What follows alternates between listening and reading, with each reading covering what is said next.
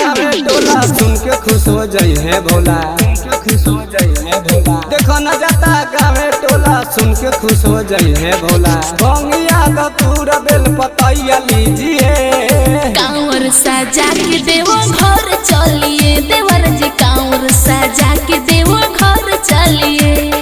देखो न जाता गावे टोला सुन के खुश हो जाई है भोला। भंगिया का पूरा बेल पतैया लीजिए, कांवर सजा के देवो घर चलिए, देवर जी कांवर सजा के देवो घर चलिए,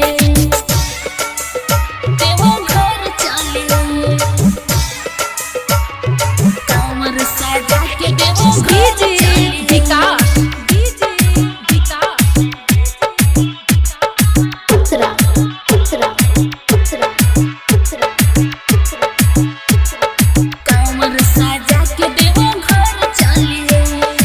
साच कहिल शक्ति बाटिया पार हो, एही से पूजेला सारा संसार हो, सारा संसार हो, सारा संसार हो। दानियों में दानी हवे महादानी, सब कर दूरी करेले परेशानी।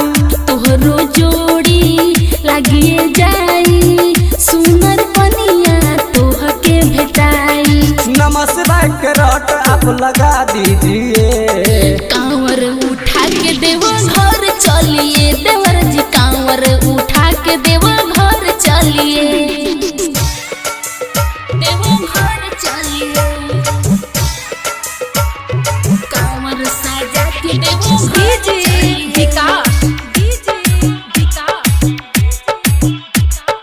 Vindhyavasini recording studio Delhi.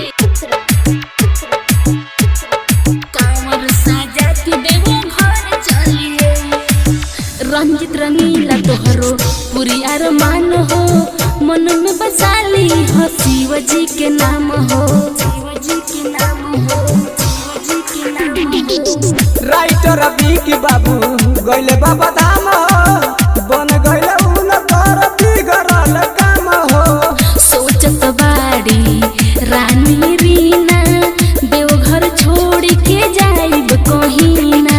मुन्ना सम देहाती को साथ लीजिए, कांवर सजा के देवो घर चलिए, देवर जी कांवर सजा के